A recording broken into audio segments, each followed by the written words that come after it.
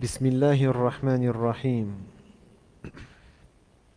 الحمد لله رب العالمين والصلاة والسلام على سيد المرسلين نبينا محمد وعلى آله وأصحابه أجمعين أما بعد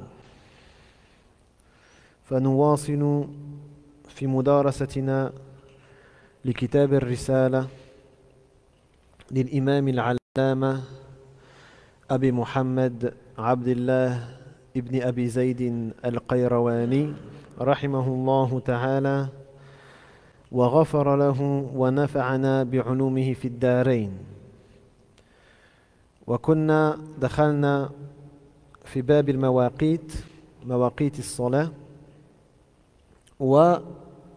وأوقفنا الكلام بعد صلاة الصبح. Donc on est toujours en train d'étudier l'épître de l'éminent savant Abu Muhammad Abdullah ibn Abi Zayd al-Qayrawani. Puisse Allah lui faire miséricorde ainsi que lui pardonner et nous rendre ses connaissances utiles dans cette vie d'ici-bas et dans l'au-delà. Et donc on s'était arrêté au chapitre des horaires des prières après avoir parlé de la prière du subh, de la prière de l'aube, la prière du matin.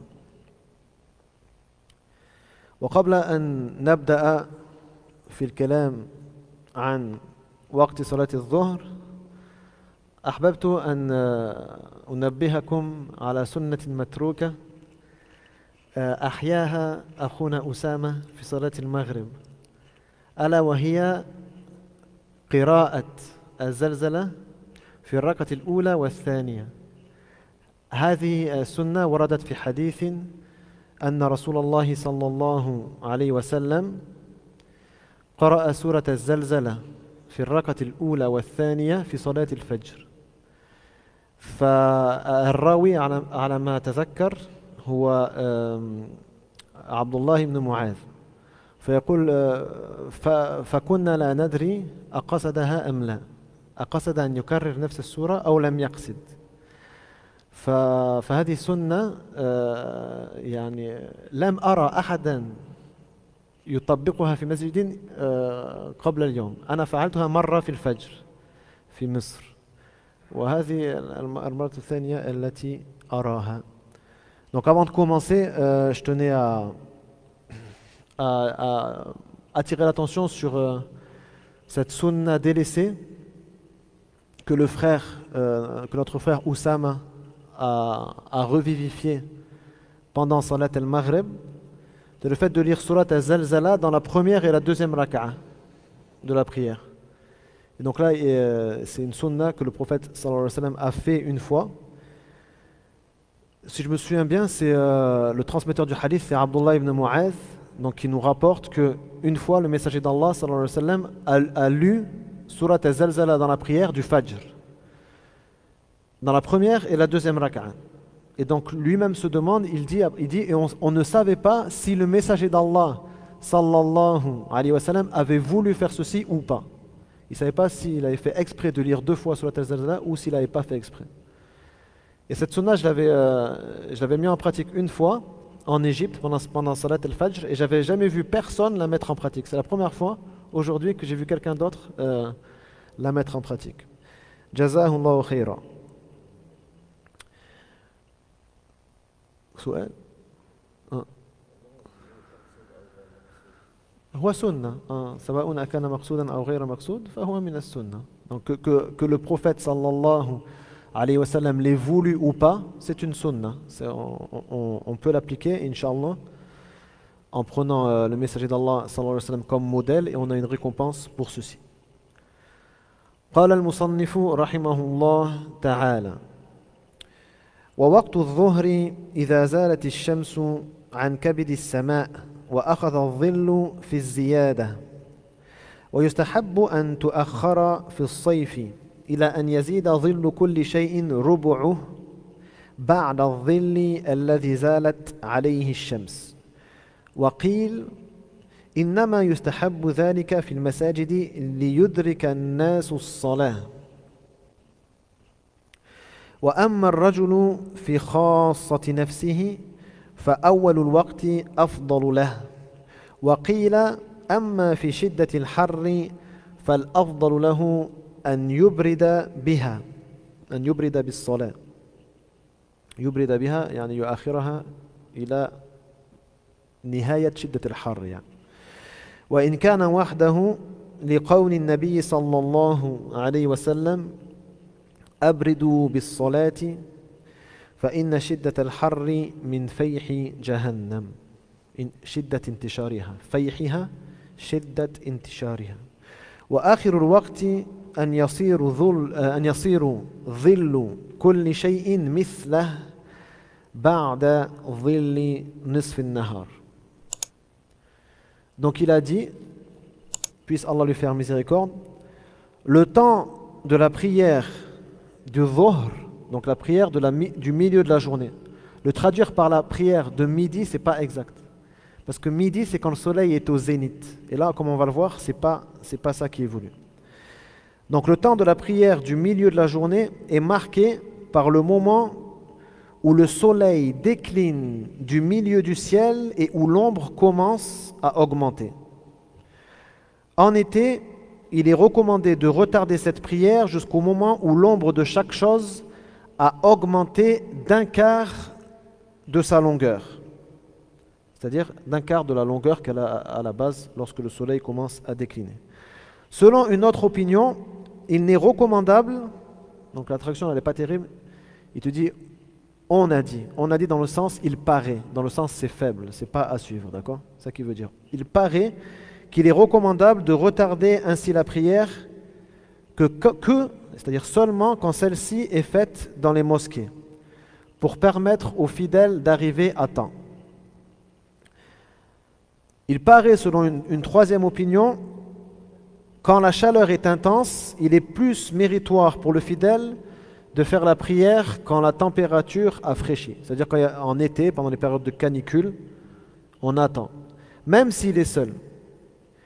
Et ce, parce que le prophète sallallahu alayhi wa sallam a dit « Faites la prière à la fraîcheur » ou « rafraîchissez la prière ». Littéralement, rafraîchissez la prière. Ça veut dire quoi? Ça veut dire prier au moment où la chaleur du midi commence à s'estomper. D'accord? C'est ça que ça veut dire. Mais littéralement, rafraîchissez la prière. Car l'intensité de la chaleur vient de Fayh Jahannam. Fayh Jahannam, ça veut dire le souffle, c'est-à-dire à cause de l'immensité de l'enfer, elle a un souffle en été et un souffle en hiver. En vérité, ça, dans un autre hadith, le prophète sallallahu alayhi wa sallam l'explique. Son souffle en été, c'est la canicule. Son souffle en hiver, c'est les grands froids, al-zamharir, le froid violent, quoi. Donc ça vient du souffle. Mais al-fayh, ça veut dire l'immensité, si vous voulez, l'immensité de l'enfer. La fin de l'horaire de la prière du dhuhr est marquée par le moment où l'ombre de chaque objet devient égale à cet objet après la première ombre projetée par le soleil déclinant au milieu du jour. Donc on va voir, en fait, il se répète un peu, des fois il dit la même chose mais d'une autre façon. قال رحمه الله تعالى وقت الظهر يعني أول وقته المختار. ونحن فرقنا بين الوقت المختار والوقت الضروري. إذا زالت الشمس عن كبد السماء يعني إذا مالت عن وسط السماء. فإذا مالت إلى جهة المغرب بعدما استوت في وسط السماء وبدأ الظل يكون من الناحية الثانية، مثلا إذا وضعت عصا في الأرض وجدت في أول النهار الظل طويلا يتناقص يتناقص يتناقص، إذا أن تكون الشمس في وسط السماء لا ظل للعصا. فإذا مالت عن وسط السماء وانقلب الظل من الناحية الأخرى وبدأ يمتد هذا وقت الظهر. هذا وقت الظهر إذا بدأ يمتد من الناحية الأخرى.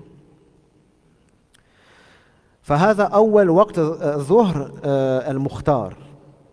Donc au début il a dit, donc l'heure du Zuhr c'est quand le soleil commence à pencher du milieu du ciel. Donc lorsqu'il est au milieu du ciel, c'est ce qu'on appelle le zénith. Le zénith.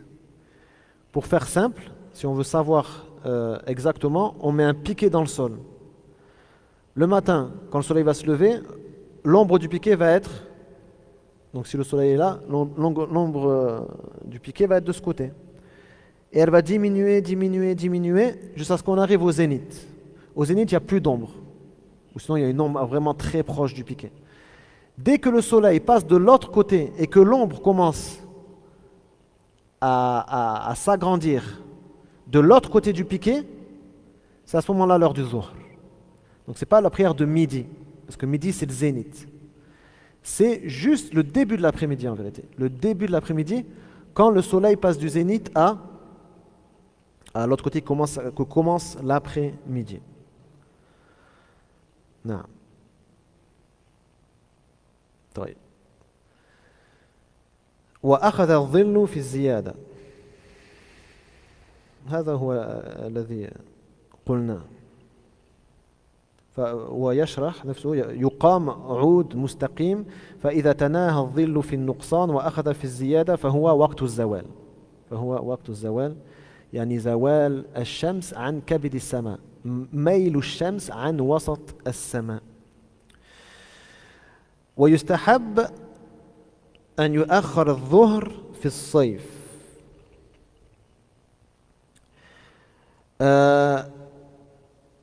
هذا لا اختلاف فيه في المذهب أن هذا مختص بالصيف، أما في الشتاء فلا يؤخر الظهر إلى أن يزيد ظل كل شيء ربعه. فإذا وضعت مثلا عصا مثلا 20 سنتي، فإذا كان الظل 5 سنتي فهو وقته المستحب في الصيف.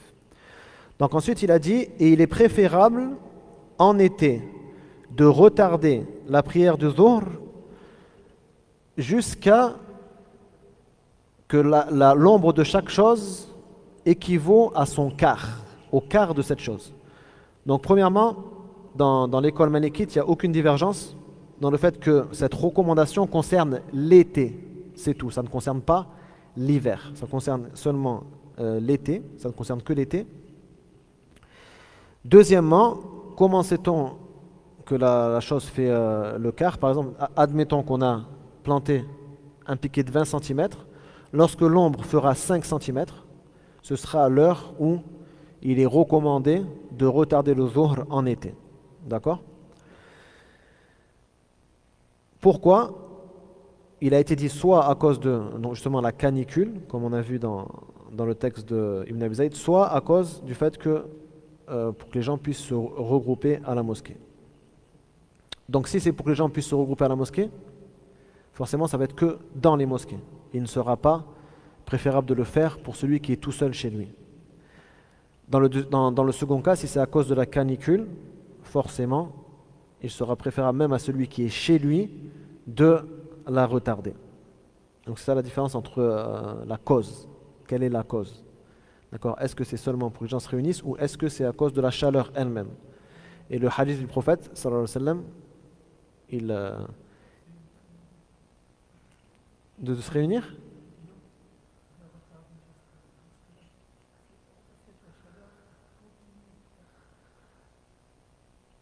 Ben c'est...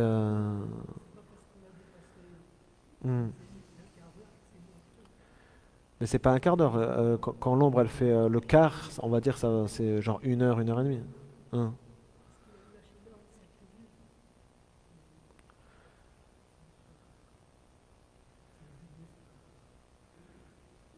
J'en suis pas sûr, hein, parce que... hein. Hmm.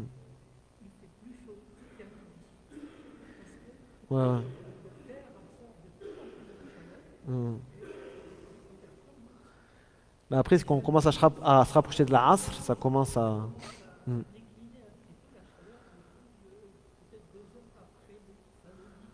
Voilà. Ben, ce serait ça. Ce serait à ce moment-là que le prophète sallallahu alayhi wa sallam aurait voulu retarder. Ouais. Non. Non. Mais voilà. Après, ça c'est le fait de le fixer à ce moment-là, c'est l'avis des Malikites, d'accord? Dans d'autres écoles, ils vont vous dire, tu fais presque ce qu'on appelle le Jam' al-Souri, vraiment vers la fin de la période du Zuhr. Vers la fin de la période du Zuhr, tu retardes, de sorte que la race elle soit presque directement après. Presque directement après. Et là, dans ce cas-là, ouais, il commence vraiment à fraîchir.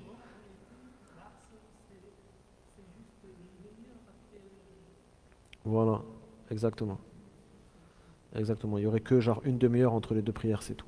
Dans ce cas-là. Et ça, c'est ouais, du point de vue on va dire, du raisonnement rationnel, ce serait mieux de choisir cet avis-là, plutôt que l'avis des Malikites.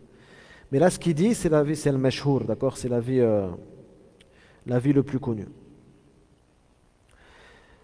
Euh, نعم فهو ذكر قولان وضعفهما بقوله قيل هذه صيغة التمريض كما ذكرناه جزاك الله خير يا أخي الكريم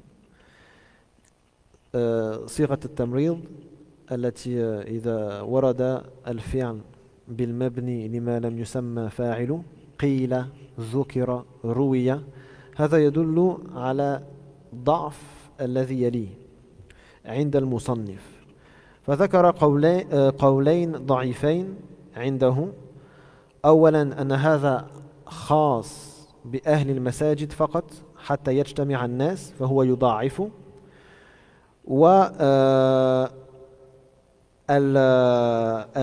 الثاني أن هذا من شدة الحر وذكر حديث رسول الله صلى الله عليه وسلم الذي يدل على هذا وهو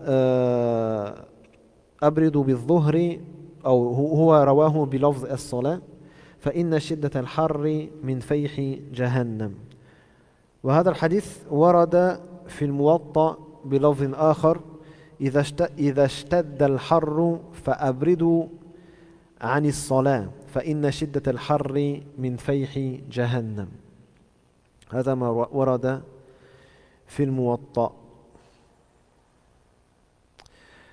ولماذا ضعف هذا الحديث؟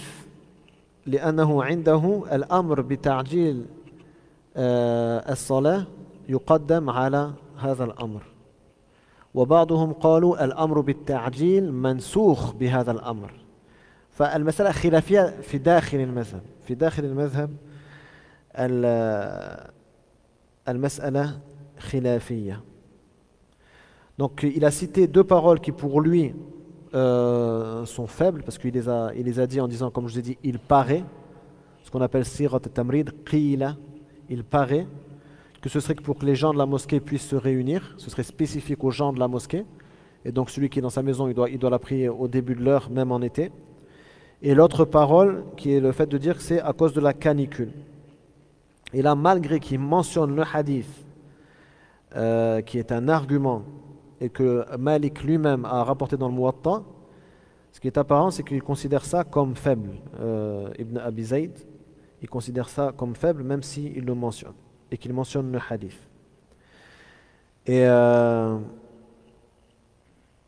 Et donc, les savants, en fait, si vous voulez, de l'école, les savants de l'école malikite divergent eux-mêmes. Est-ce que l'ordre de faire la prière au début de l'heure, de manière recommandée, abroge ce hadith ou est-ce que c'est le contraire? Qu'est-ce qu'on fait passer avant l'autre? C'est quoi qui passe avant? Le fait de la retarder un peu ou le fait de la faire au début de l'heure? D'accord? Donc c'est une divergence qu'il y a au sein même de l'école malikite. ثم قال رحمه الله تعالى وأول وقت العصر آخر وقت الظهر وآخره أن يصير ظل كل شيء مثليه بعد ظل نصف النهار وقيل وهذا ضعيف جدا إذا استقبلت الشمس بوجهك وأنت قائم غير منكس رأسك ولا مطاطئ له يعني منكس ولا مطاطئ يعني أكثر من التنكيس له فإن نظرت إلى الشمس ببصرك فقد دخل الوقت يعني إذا كانت الشمس أمام عينيك وإن لم ترها ببصرك فلم يدخل الوقت يعني وقت العصر وإن نزلت عن بصرك فقد تمكن دخول الوقت والذي وصف مالك رحمه الله أن الوقت فيها ما لم تصفر الشمس. Donc ensuite il a dit le début de l'horaire de la prière de l'Asr est marqué par la fin de celle de Dhuhr, la fin de l'horaire de Dhuhr. C'est-à-dire la fin de Dhuhr, c'est le début de l'heure de l'Asr. Sa fin est marquée par le moment où l'ombre de chaque objet devient égale à 2 fois celui-ci. Le petit bâton de 20 cm, il fait 40 cm. Son ombre, elle fait 40 cm. Après la première ombre projetée par le soleil déclinant au milieu du jour. Donc là, il se répète, ce n'est pas très utile de rajouter ça dans la phrase. Selon une autre opinion, et là, donc, ce qu'il va dire, c'est très faible, d'accord ? Ce qu'il va mentionner ici, c'est très faible. Le temps de l'Asr commence quand, faisant face au soleil debout, sans baisser légèrement ni incliner la tête, le fidèle aperçoit le soleil du regard. Il va voir le regard comme ça, le soleil à l'horizon. S'il ne l'aperçoit pas, c'est que le temps de l'Asr n'a pas encore commencé. Si le soleil est au-dessus du champ visuel ainsi déterminé, le temps de l'Asr est sûrement commencé. Selon les critères donnés par Malik, rahimahullah, le moment de l'Asr dure tant que le soleil, non là c'est la traduction elle est mauvaise, ma lam tasfar ash-shams, en fait il dit tant que le soleil ne jaunit pas, mais c'est pas ça que ça veut dire, c'est tant que ce que le soleil éclaire ne jaunit pas, c'est ça qui est voulu. Quand les Arabes disent ma lam tasfar ash-shams, ils ne veulent pas dire ash-shams, ils veulent dire al-judur, la al-judur wal-ard, ليس الشمس نفسها, فالترجمة لا تصح. Donc ce qui est voulu, c'est tant que ce qu'éclaire le soleil ne commence pas à jaunir, que la lumière du soleil qui se reflète sur les murs, par exemple, ne commence pas à être jaune. C'est ça que ça veut dire. En arabe, il y a quelque chose de, comment on dit, de sous-entendu, d'accord ? Il y a quelque chose de sous-entendu. فأول وقت العصر المختار آخر وقت الظهر المختار. فوقت الظهر والعصر مشتركان وهما من الأوقات المشتركة لذلك يصح جمعهما في السفر لأنهما أصلا وقتان مشتركان آخر وقت الظهر المختار أول وقت العصر المختار وهذا هو المشهور. Donc le début de l'heure de l'Asr, c'est la fin de l'heure de Dhuhr. Le début de l'heure de choix, donc qu'on n'ait pas eu la nécessité de retarder, c'est la fin de l'heure du Dhuhr. Ça veut dire qu'ils ont la fin de l'heure du Dhuhr, c'est le début de l'heure de l'Asr. Si on a retardé, bien sûr on n'aura pas la meilleure récompense, mais on n'aura pas fait de péché à prier le Dhuhr à ce moment-là, au moment où commence l'heure de l'Asr. D'accord ? Au moment où commence l'heure de l'Asr. On appelle ça des horaires associés.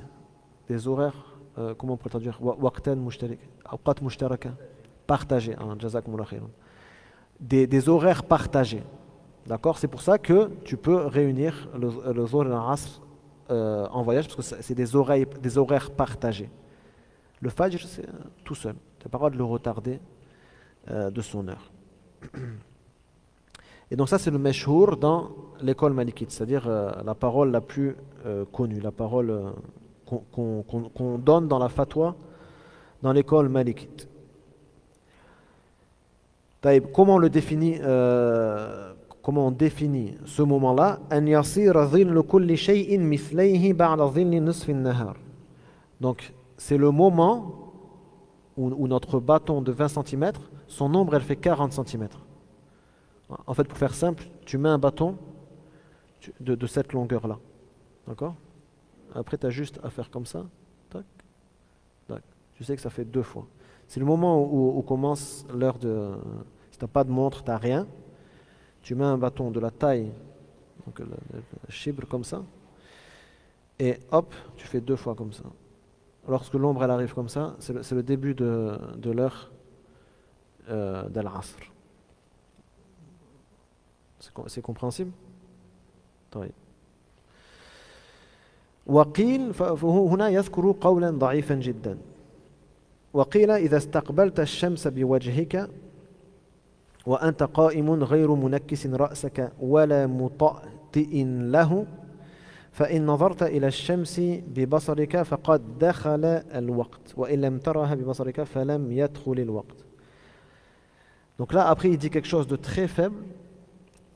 Il dit ça commence quand tu fais face au soleil sans baisser légèrement ni incliner la tête, tu aperçois le soleil du regard.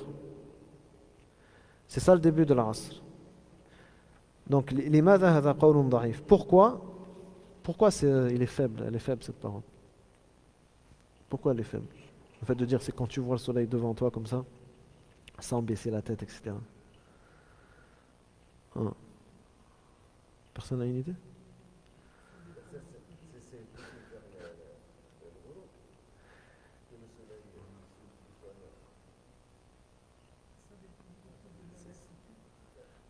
Déjà ça c'est une solution, c'est une réponse je veux dire. Dis-moi. Pardon? Ça on va dire c'est pas très différent parce qu'il y a personne qui va faire 40 mètres et un autre qui va faire 1 mètre, donc ça va, c'est à peu près pareil. Mais aussi, c'est quoi que tu voulais dire? Pardon? Où tu te trouves sur Terre, ouais, la latitude, ça a un effet. C'est ça en fait. Mais il n'y a pas que ça, c'est aussi la saison. Ça dépend de la latitude, où tu es situé sur la Terre, et de la saison. Tu vois, le soleil, il n'a pas la même inclinaison en été qu'en hiver. Donc le fait de définir ça comme ça, c'est faux. Ça ne marchera pas dans toutes les saisons. C'est pour ça que cette parole, elle n'est pas à suivre. Là, tu mets un bâton et tu fais comme on l'a mentionné.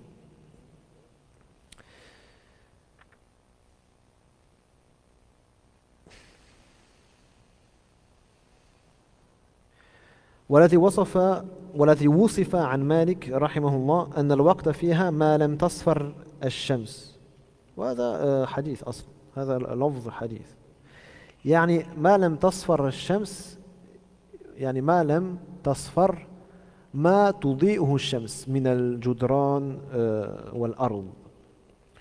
أما عين الشمس فليست مقصودة بهذا الكلام. وطبعا تقديم العصر في أول وقتها مستحب. تقديم العصر في أول وقتها مستحب في كل الأحوال، في الصيف أو في الشتاء. Donc ensuite, quand il dit tant que le soleil ne jaunit pas, ça veut dire tant que ce qu'éclaire le soleil ne commence pas à jaunir. Donc un mur, vous voyez, à l'approche du crépuscule, à un moment là, le mur va prendre une couleur jaunâtre. D'accord, plus blanche, comme à midi. C'est ce moment-là, d'accord? C'est ce moment-là. Et ça, c'est un hadith. Ça, c'est un hadith à la base, que Malik, il a juste transmis, mais sans dire Qala Rasulullah sallallahu alayhi wa sallam. Et ce qui est voulu, c'est pas, bien sûr, le disque solaire. C'est pas le disque solaire. Et il est préférable de prier de toute façon al-Asr au début de son heure. Au début de son heure, que ce soit en été ou en hiver. Donc c'est le moment où l'ombre fait 2 fois le bâton qu'on a planté dans la terre. ثم قال رحمه الله تعالى ووقت المغرب وهي صلاة الشاهد يعني الحاضر يعني أن المسافر لا يقصرها ويصليها كصلاة الحاضر فوقتها غروب الشمس فإذا توارت بالحجاب وجبت الصلاة لا تؤخر وليس لها إلا وقت واحد لا تؤخر عنه ليس لها وقت ضروري لها وقت واحد. Il a dit ensuite, quant à la prière du Maghreb, qui est aussi appelée la prière du sédentaire, ceux qui ne voyagent pas, parce que le voyageur ne peut l'abréger et doit la faire comme s'il était sédentaire, c'est-à-dire 3 rak'at, il a pas le droit de la raccourcir. Son temps, c'est le coucher du soleil, la disparition du soleil, exactement ça, la disparition du soleil. Quand donc le soleil se cache derrière le voile, c'est-à-dire à la nuit tombante. Cette prière est obligatoire et on ne peut la retarder. Elle n'a qu'un seul moment, elle n'a pas de waqt ikhtiyari et waqt daruri, elle n'a pas une horaire de choix et une horaire de nécessité. Comme on avait expliqué la dernière fois, elle n'a qu'un moment et après on ne peut plus la faire, d'accord? Donc ça c'est selon l'école malikite bien sûr, ce n'est pas une question qui fait le consensus.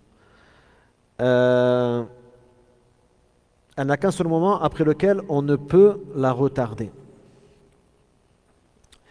Donc, وقت صلاة المغرب الاختياري وليس لها وقت ضروري في المذهب هي لها اسمان صلاة المغرب أو صلاة الشاهد وهو مالك رحمه الله الذي سماها صلاة الشاهد يعني الحاضر الذي لم يسافر لأنها تصلى 3 ركعات في الحضر والسفر.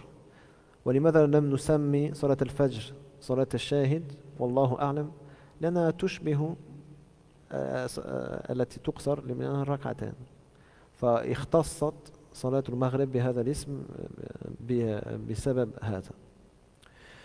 Donc elle a été appelée la prière du sédentaire, donc elle a que une horaire de choix, elle n'a pas d'horaire de nécessité. Elle a été appelée la prière du sédentaire parce que celui qui est en voyage ne la raccourcit pas à 2 raka'at, comme il fait pour le Dhuhr, l'Asr ou l'Isha. Et c'est Malik lui-même qui l'a nommé comme ça. Pourquoi n'a-t-on pas appelé Salat al-Fajr, la prière du Fajr, la prière du sédentaire, comme on l'a fait pour le Maghreb? Parce qu'elle ressemble à la prière qu'on raccourcit pendant le voyage, parce qu'elle, c'est toujours 2 rak'at. Elle reste rak'atayn, elle reste 2 rak'at. À la différence de le Maghreb, c'est 3 rak'at. Elle ressemble pas, c'est la seule que lorsqu'on est en voyage, elle ne ressemble pas aux autres. Quand on est en voyage, on fait tout le temps 2 rak'at, sauf quand on fait le Maghreb, on fait 3 rak'at. قال رحمه الله فوقتها غروب الشمس يعني غياب الشمس يعني قرصها تحت الأفق غياب قرص الشمس تحت الأفق أما أثرها فلا بأس أن يبقى أثرها المقصود قرصها قرص الشمس أما الشفق وبقايا أثرها وشعاعها فيبقى في الأفق ولا بأس إذا غاب قرص الشمس وجبت المغرب. Donc ce qui est voulu lorsqu'il dit lorsque le soleil disparaît, en fait c'est le disque solaire. Lorsque le disque solaire disparaît à l'horizon, la prière du Maghreb est obligatoire. Il est obligatoire de prier la prière du Maghreb. Même si, et donc ce qui est voulu, c'est juste le disque solaire, c'est pas les dernières lumières, d'accord? Les dernières lumières jaunâtres et rougeâtres qui sont au moment du crépuscule, elles sont là au moment où on fait la prière du Maghreb, d'accord? On n'attend pas qu'elles disparaissent. On n'attend pas qu'elles disparaissent. C'est vraiment lorsque le disque solaire disparaît à l'horizon que commence l'heure du Maghreb. وَلَيْسَ لَهَا وليس لها إلا وقت واحد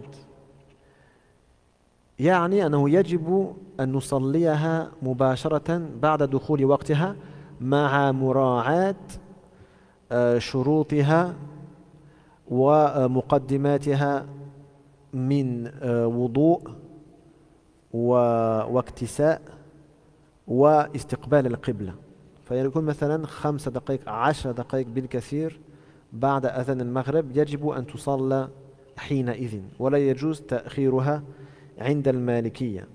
عند الشافعية القديم أنه يجوز تأخيرها إلى أن ظلمة الليل إلى قريب العشاء يعني. وفي الجديد قولهم قول مالك.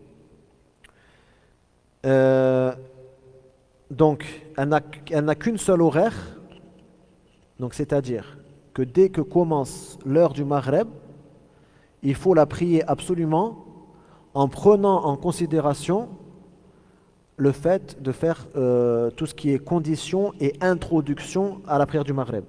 Donc c'est quoi les conditions et les introductions? Le adhan, les ablutions, s'habiller, se mettre en face de la qibla et faire l'iqama.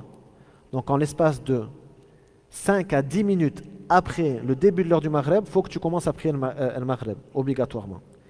Tu n'as pas le droit de la retarder plus tard que ça. Si tu la retardes plus tard que ceci, selon les Malikites, tu es dans le péché. Tu as commis un péché. Et chez les Malikites, chez les Shafi'ites, pardon, il y a 2 avis. Pardon? Aussi chez les Malikites. Ah, chez les Malikites, c'est vrai. Al-Baji et d'autres choisissent l'avis des Malikites dans le Qadim. Certains savants comme Abu al-Walid al-Baji, chez les Malikites, d'abord j'explique l'avis des Shafi'ites. L'avis des Shafi'ites, c'est il y a le Qadim, le mazhab de l'imam al-Shafi'i quand il était en Irak, qui dit que tu peux retarder la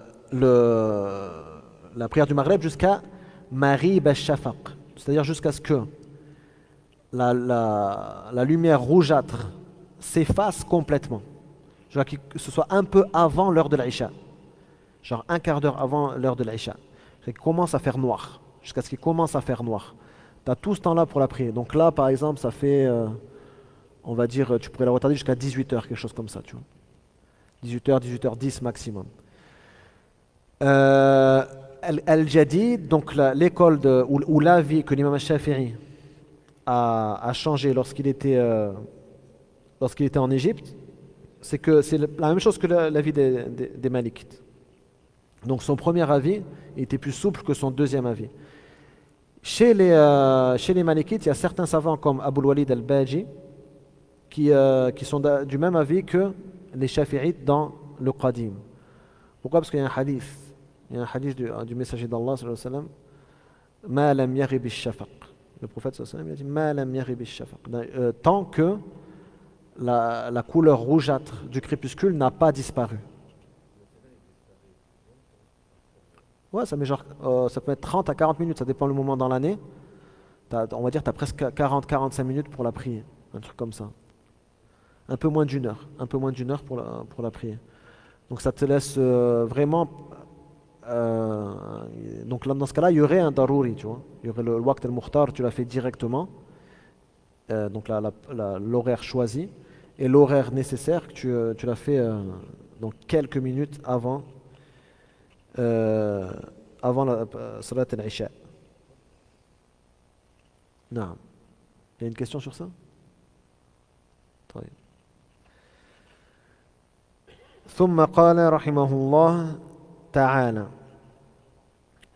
ووقت صلاة العتمة وهي صلاة العشاء وهذا الاسم أولى يعني العشاء أولى وهذا الاسم أولى بها فهذا اعتراض يعني وهذا الاسم أولى بها بين قوسين غيبوبة الشفق وقت صلاة العتمة غيبوبة الشفق إذا غاب الشفق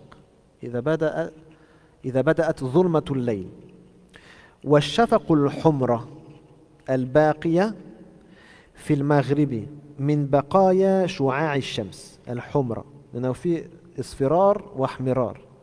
يغيب الاصفرار قبل الاحمرار، يبقى الاحمرار ثم يغيب الاحمرار. فإذا لم يبقى في المغرب صفرة ولا حمرة فقد وجب الوقت، يعني وقت العشاء. ولا ينظر إلى البياض في المغرب، فذلك لها وقت إلى ثلث الليل، يعني وقت العشاء المختار إلى ثلث الليل، ممن يريد تأخيرها لشغل أو عذر، والمبادرة بها أولى. ولا بأس أن يؤخرها أهل المساجد قليلا لاجتماع الناس، ويكره النوم قبلها والحديث لغير شغل بعدها. Donc ensuite il a dit le temps de la prière de la nuit close, al-atama. Al-atama. Pourquoi on dit la close, al-atama? C'est parce que quand on enferme les bêtes, les chameaux par exemple, pendant la nuit, on appelle ça l'i'atam. C'est ça que ça s'appelle al-atama. C'est l'heure où on enferme les chameaux. Waqt al-i'atam. C'est pour ça que ça s'appelle comme ça. Qui est la prière de l'Isha.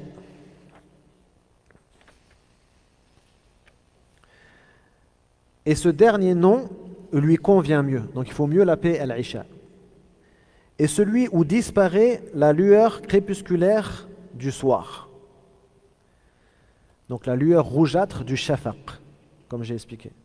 Le shafaq, c'est la lueur rouge qui subsiste au couchant, produite par les derniers rayons du soleil.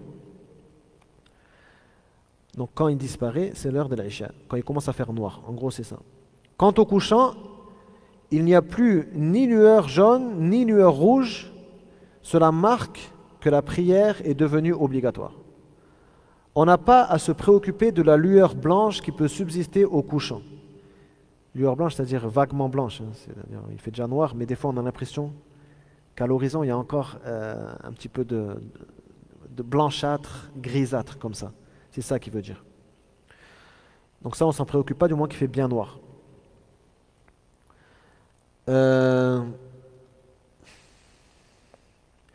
C'est en effet la disparition de la lueur crépusculaire rouge qui marque le commencement du temps de cette prière. Et ce temps dure jusqu'à la fin du premier tiers de la nuit. Donc là, il veut dire le temps choisi, l'horaire choisi. Al-waqt al-ikhtiyari. Pour ceux qui veulent la différer en raison d'une occupation ou d'une excuse. Mais il vaut mieux faire cette prière tout au début de son heure. Ceux qui prient dans les mosquées pourront, sans inconvénient, la retarder un peu pour permettre aux gens de se réunir. Il est réprouvable de dormir avant, c'est-à-dire entre le Maghrib et l'Isha. Il est réprouvable, détestable de dormir avant, et après l'Isha, il est réprouvable de s'entretenir de choses qui n'ont point un caractère d'occupation sérieuse. Ah.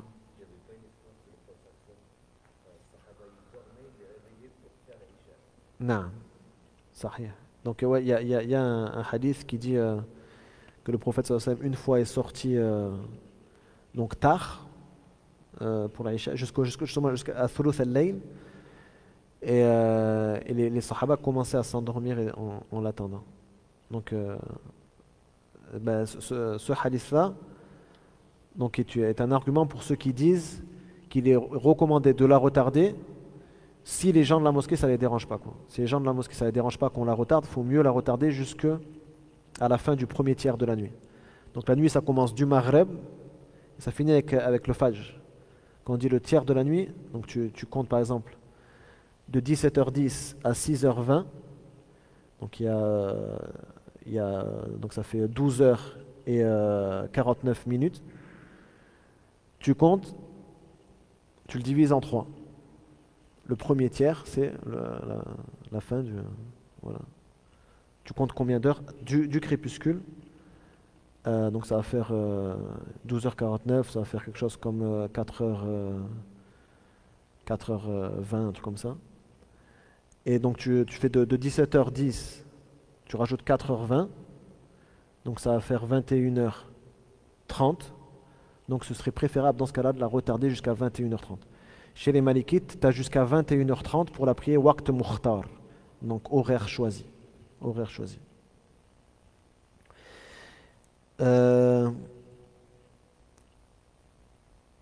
طيب صلاة العتمة وصلاة العشاء قال تسميتها بالعشاء أولى بها لأنه ورد في حديث رواه مسلم عن ابن عمر رضي الله عنهما لا تغلبنكم الأعراب على اسم صلاتكم ألا إن العشاء ألا إنها العشاء أو إنها يعني إنها صلاة العشاء تسمى صلاة العشاء وهم يعتمون الإبل يعتمون الإبل يعني يدخلون الإبل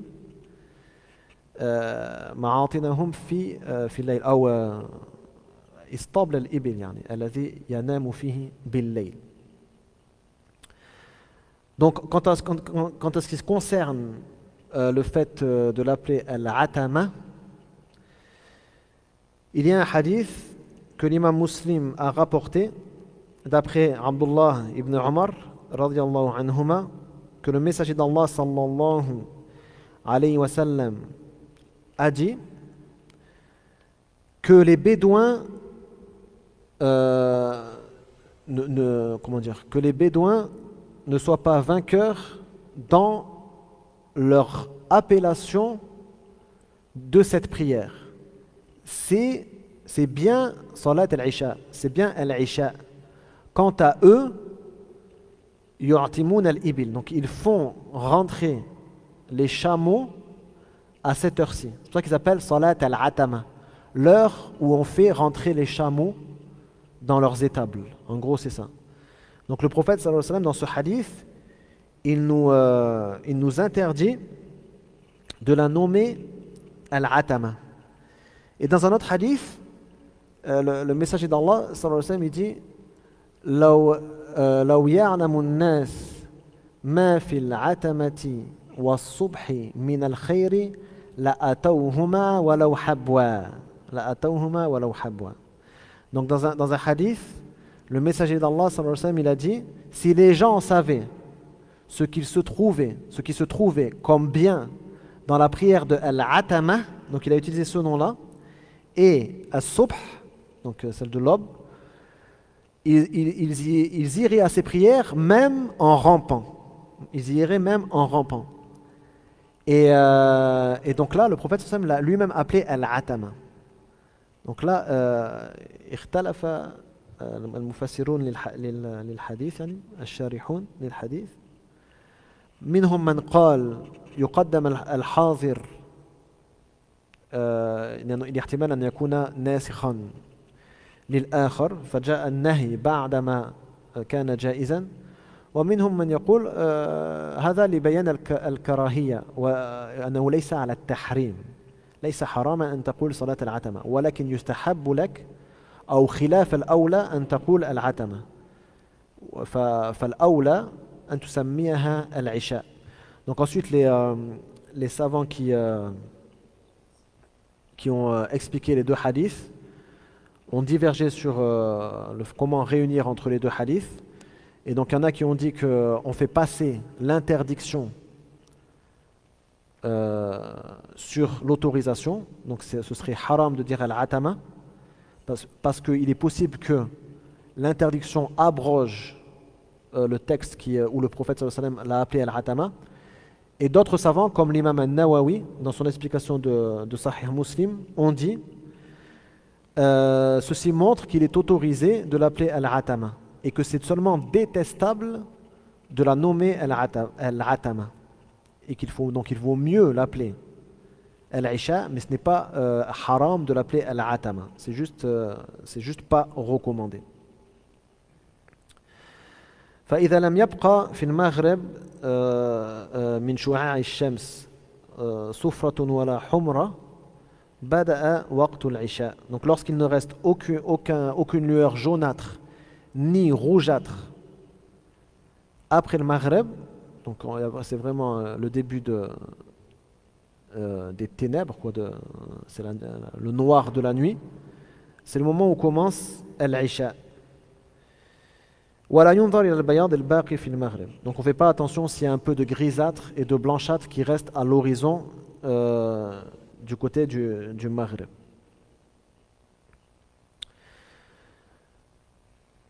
هذا يرد على أبي حنيفة يعني أبا حنيفة كان يفسر الشفق بالبياض فكان يوجب تأخير صلاة العشاء إلى غياب البياض أيضا لكن الجمهور العلماء يقولون لا بأس إذا بقي بياض بعد غياب الحمرة. Donc lorsqu'il parle de la blancheur ou de la couleur blanchâtre ou grisâtre, il veut répondre à Abu Hanifa. Et c'est une réplique qu'il fait à Abu Hanifa parce que Abu Hanifa, il impose qu'on attende que même l'espèce de lueur blanche qui reste un peu à l'horizon s'estompe complètement avant de faire Salat al-Isha.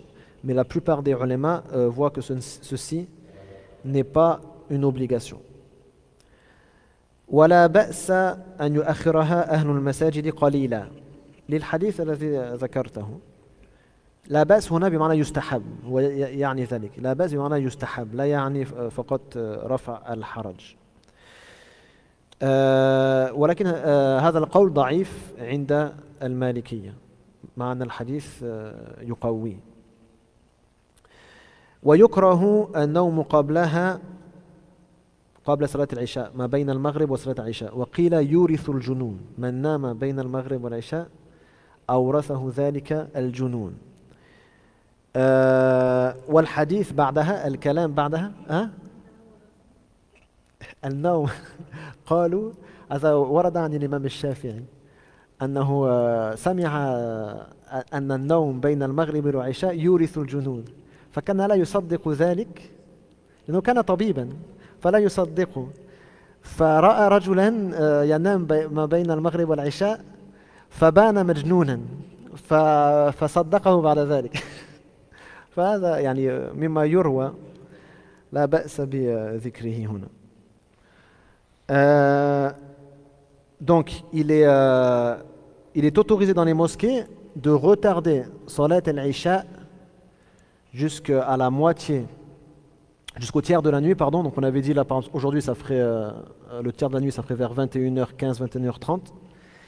Et cette parole-là, dans le madhab, elle est faible. Mais comme je vous l'ai dit, il y a un hadith qui vient la renforcer. Donc le prophète sallallahu alayhi wa sallam lui-même a fait ça, l'a retardé jusqu'à la fin du premier tiers de la nuit dans la mosquée. Donc ceci renforce cette parole. Et il est détestable de dormir entre le Maghreb et l'Isha.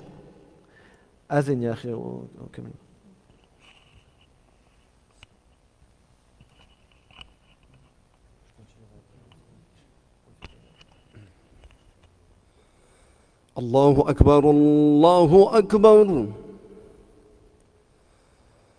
الله أكبر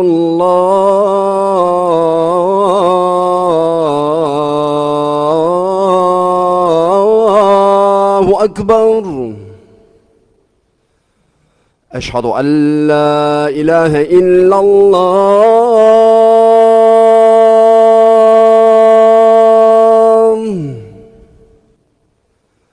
أشهد أن لا إله إلا الله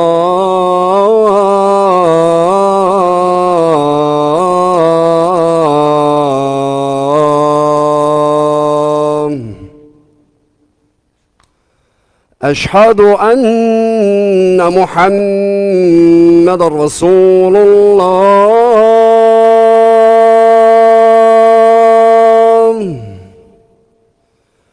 أشهد أن محمد رسول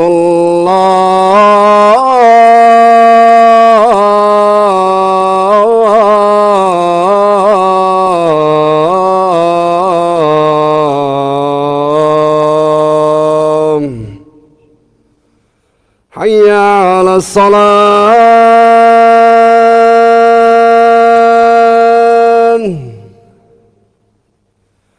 حي على الصلاة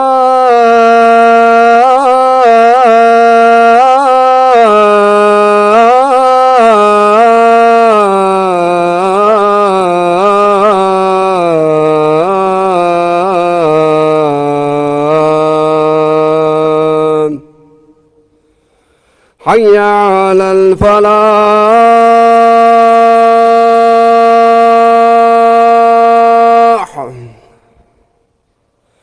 حي على الفلاح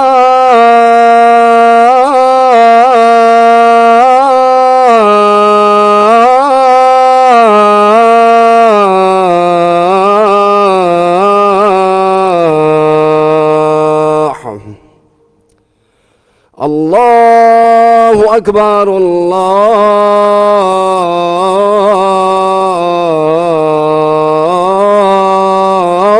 الله أكبر لا إله إلا الله.